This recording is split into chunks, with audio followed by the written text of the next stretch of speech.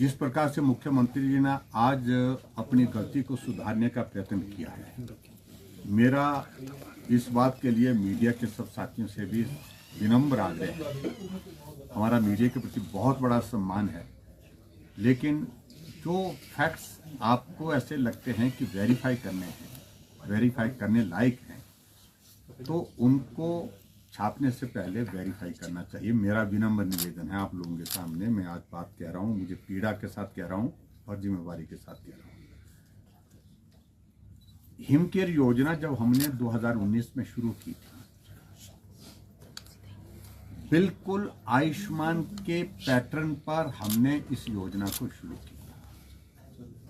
यानी कि आयुष्मान भारत के अंतर्गत जो कवर होते थे परिवार, उनको आयुष्मान भारत के अंतर्गत कवर करने का प्लान था। लेकिन बहुत सारे लोग हिमाचल प्रदेश में ऐसे थे जो आयुष्मान भारत के अंतर्गत कवर नहीं हो पा रहे थे। उनके लिए हिमकेयर योजना के अंतर्गत 5 लाख रुपए का हेल्थ कवर दिया गया था।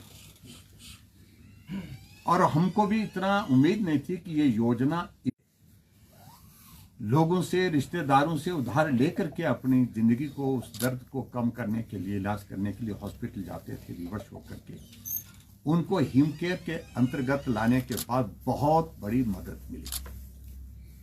और मैं इस बात को आपके सामने अंदर भी, मैंने आज माननीय सदन के अंदर भी कहा कि जब इस योजना को हमने आगे बढ़ते देखा, चीफ मिनिस्टर काउंसिल की मीटिंग में भी मुझे पूरे देश के मुख्यमंत्री के सामने हिमकेयर पर अपना व्यू पॉइंट रखने का मौका मिला, जहां मैंने अपनी बात कही, जिसमें बहुत सारे राज्यों ने हिमकेयर के आधार पर, इस पैटर्न पर अपने अपने राज्यों में योजना चलाई स्वास्थ्य के डिपार्टमेंट में।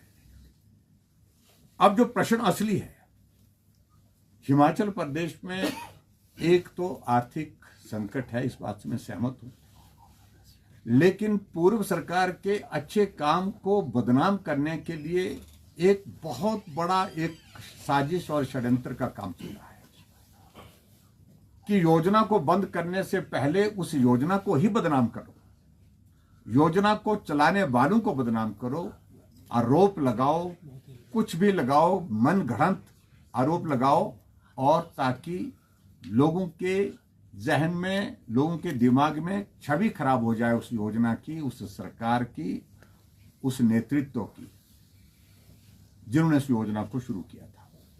हिमकेयर के साथ वही हुआ। और हिमकेयर ही नहीं, हिमाचल प्रदेश में दर्जनों योजनाएं हिमाचल प्रदेश में जो भारतीय जनता पार्टी की सरकार के दौरान चली थी, हजारों नहीं लाखों लोगों को उनका लाभ मिला। एक एक करके उन योजनाओं को बंद किया, और सबसे बड़ी योजना हिमकेयर, जिस पर उनको लग रहा था कि बंद किया जाए, ना किया जाए। बार बार मुख्यमंत्री ने सदन के अंदर बार बार कहा है कि हिमकेयर को बंद नहीं करेंगे, क्योंकि इसका इंपैक्ट बहुत मैसिव होगा। लेकिन अचानक अब 3 दिन पहले कहा कि हम हिमाचल प्रदेश में हिमकेयर को बंद करेंगे और हिमाचल प्रदेश में हेल्थ इंश्योरेंस की कोई नई योजना शुरू करेंगे। और हिमकेयर को बंद करने का कारण ये बताया कि इसमें 1100, पहले कहा 100 करोड़ का घोटाला, फिर उसके बाद अगली बार खड़े होकर के कहा कि 1100 करोड़ रुपए का घोटाला हुआ है। अब आंकड़े आपके सामने आज मैंने सदन के अंदर भी प्रस्तुत किए हैं। हमारी सरकार के अंतर्गत लगभग 4 लाख लोगों का इलाज हिमकेयर के माध्यम से हुआ और 441 करोड़ रुपए खर्च उस पर हुआ। लगभग 11,000 एक मरीज के इलाज पर खर्च हुआ है, एवरेज के हिसाब से। और जो वर्तमान सरकार, जिनका 3.5 साल का कार्यकाल वो भी पूरा होने को है, सुखू जी की सरकार यानी कि कांग्रेस की सरकार में 7 लाख से ज्यादा, 7,07,000 लोगों का जो है उसमें लाभार्थी यानी कि उनका इलाज हुआ, और उसमें खर्च होने की बात कही 972 करोड़ रुपए खर्च होने की बात उसमें कही गई है। और प्रति व्यक्ति जो है खर्चा जो है, जितना हमारे समय में हुआ उससे भी ज्यादा खर्चा हुआ। लगभग 14,000 के करीब जो है एक व्यक्ति पर, एक पेशेंट पर खर्च हुआ। और जब भुगतान की बात आई,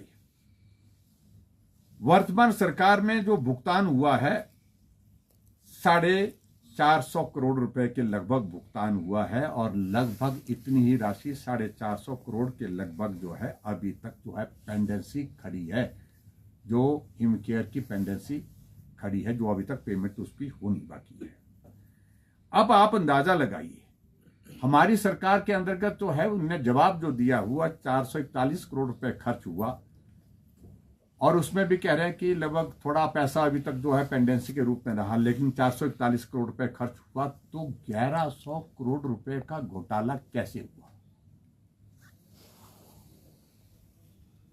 इसलिए मैं कह रहा हूं कि जो अखबारों में छपा, मीडिया में पब्लिश हुआ, मीडिया में, सोशल मीडिया में चला, वो ये चला कि 1100 करोड़ रुपए का घोटाला हिमकेयर के अंतर्गत हुआ। मैं समझता हूं कि बहुत ही दुर्भाग्यपूर्ण, मीडिया में इस प्रकार से ये तथ्य इस प्रकार से नहीं जाना चाहिए थे। मुख्यमंत्री भले बोले, लेकिन उसके बावजूद ये आरोप के रूप में आप बात कहते तो भी बात आती, लेकिन आपके मीडिया के माध्यम से भी ये खबर जो है इस प्रकार से थोड़ी गलत उठी, जिसके कारण मुझे ऐतराज है व्यक्तिगत रूप से, और हमारे साथियों को भी ऐतराज है। अब आप अंदाजा लगाइए, हिमकेयर की जो मीटिंग हुई इस सारे इसको लेकर, जो फाइनेंस सेक्रेटरी की अध्यक्षता में, जिसमें ये उन्होंने एसेस किया कि लगभग 200 करोड़ जो है लगभग प्रति वर्ष खर्चा हिमकेयर पर हो रहा है, और 200 करोड़ रुपए खर्च हो रहा है, तो उसी कारण से जो है हमारा खर्चा जो है लगभग जो है वो 450 करोड़ यानी कि 441 करोड़ रुपए खर्च हुआ जब हमने स्कीम को शुरू करने, क्योंकि बीच में कोविड का दौर रहा। कोविड में हॉस्पिटल बहुत ज्यादा लंबे समय तक बंद भी रहे, जिसके कारण जो हॉस्पिटल में जो है पेशेंट की स्ट्रेंथ जो है वो कम हुई, उसके कारण थोड़ा कम भी आया होगा। लेकिन कुल मिलाकर के 200 का एवरेज लगाया था एक फाइनेंशियल ईयर में, लेकिन 3 साल में सुक्खू जी की सरकार ने खर्च किया जो इस पर जो है वो 972 करोड़ रुपए, जो होना चाहिए था 600 करोड़ के लगभग, 600 करोड़ के लगभग होना चाहिए था 972 करोड़ रुपए। यानी कि जो एवरेज जो फाइनेंस डिपार्टमेंट ने, जो हेल्थ डिपार्टमेंट ने मिलकर के एक फिगर निकाली थी कि इतना कर खर्च होता है, तो 972 करोड़ रुपए खर्च हुआ 3 साल में, यानी कि हमारे कंपैरिजन में बहुत ज्यादा। क्या मुख्यमंत्री जी इसकी भी जांच करेंगे जो उनके कार्यकाल में पैसा खर्च हुआ? ये भी एक प्रश्न खड़ा होता है, और इसकी भी जांच होनी चाहिए, क्योंकि ये पैसा ज्यादा क्यों खर्च हुआ। कारण मुझे जो लगता है कि जो मैंने 2 व्यक्तियों का जिक्र किया, 2 लोग वहां पर हैं जो बहुत सारी चीजों को लेकर के मैनेज करते हैं, हायर साइड में हायर रेट पर मेडिसिन परचेज करके जो है वो सप्लाई करते हैं, उसके कारण ये खर्चा बढ़ा है। और ये आरोप मेरा वर्तमान सरकार के ऊपर है, इसकी भी जांच करें। और दूसरे मैं बहुत चीजों को लेकर के नहीं कहना चाह रहा हूं, आज सिर्फ एक ही बात कहना चाह रहा हूं। आज मैंने मुख्यमंत्री जी से कहा कि आप विजिलेंस की जांच के बजाय सिटिंग हाई कोर्ट के जज से इसकी जांच कराएं, और जो ऑडिट की बात कह रहे हैं, ये audit specific Bharatiya Janata party की सरकार के कार्यकाल का क्यों? ये ऑडिट अगर होना चाहिए तो ये होना चाहिए कांग्रेस के अभी तक जो 3.5 साल का कार्यकाल, जब हिमकेयर में हमारे कंपैरिजन में ज्यादा खर्च किया है, ये बात लगे कि पेंडेंसी है उसमें, तो अभी उसकी भी जांच की जाए, तो ये भी हम उनसे कहना चाहते हैं। और दूसरी बात, जब अभी तक 1100 करोड़ रुपए की पेमेंट ही नहीं हुई, तो 1100 करोड़ रुपए का घोटाला कैसे हुआ? ना हमारी सरकार में और कांग्रेस की सरकार के दोनों को मिलाकर के भी इतना अमाउंट अभी तक पेमेंट का जारी नहीं हुआ है।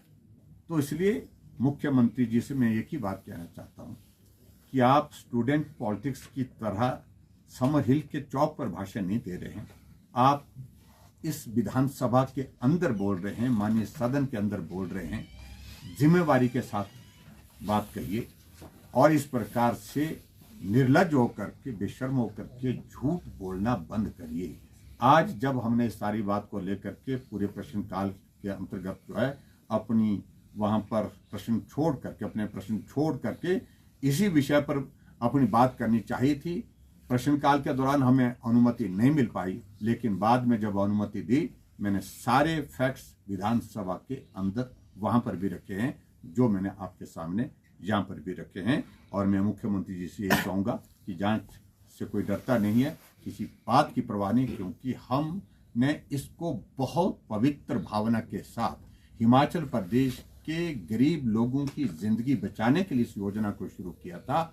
हमारा मकसद वो काफी हद तक उसमें सफल हुआ है, और आप उन गरीब लोगों की जिंदगी को बर्बाद कर रहे हैं जो अपना इलाज अपनी गरीबी के कारण करने में सक्षम नहीं हो पा रहे। मुख्यमंत्री ने ये कहा है कि उनके इंटरनल ऑडिट में ये बात सामने आई है कि बिल ऐसे बनाए गए जिसमें मर्दों की बच्चेदानी के भी ऑपरेशन किए गए।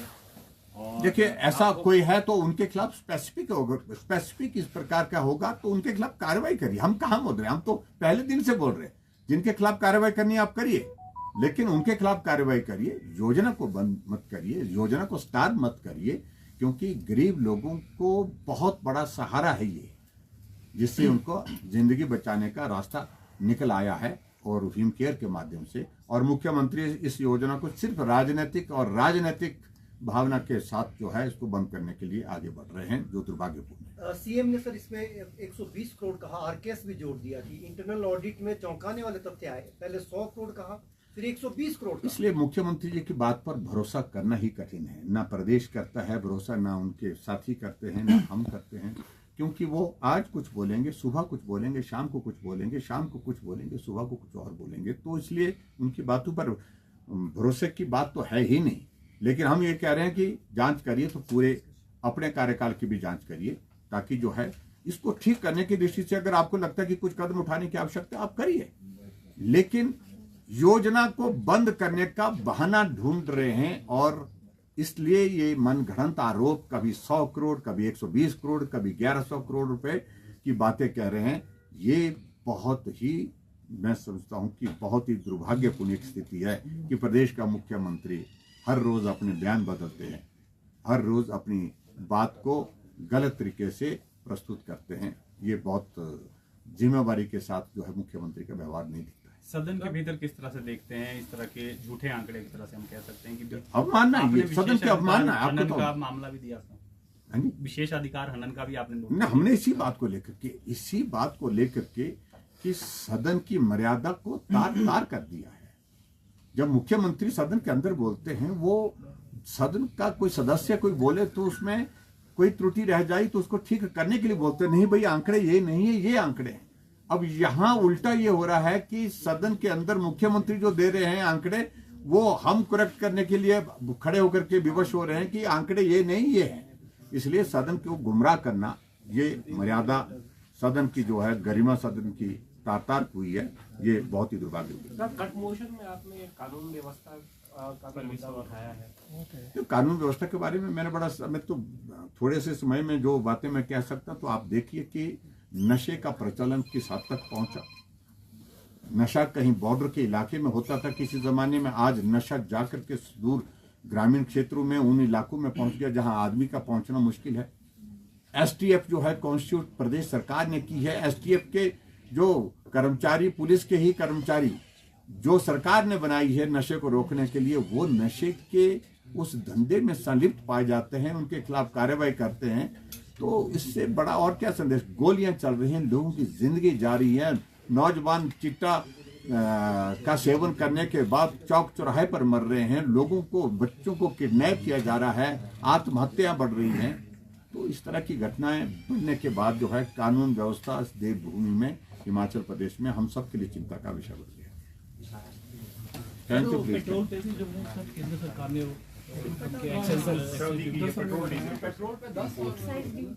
एक्साइज ड्यूटी कम की है सर, 10 रुपए पेट्रोल। मैं प्रधानमंत्री नरेंद्र मोदी जी के इस फैसले का अभिनंदन करता हूं, जो मिडिल ईस्ट में जो वॉर के कारण, युद्ध के कारण एक सिचुएशन बनी है, और जिसमें तेल की आपूर्ति में भी कई तरह की कठिनाई आ रही है। कठिनाई के साथ तेल के दाम बढ़ने में भी बहुत सारा ऐसा लग रहा है कि बढ़ सकती हैं कीमतें।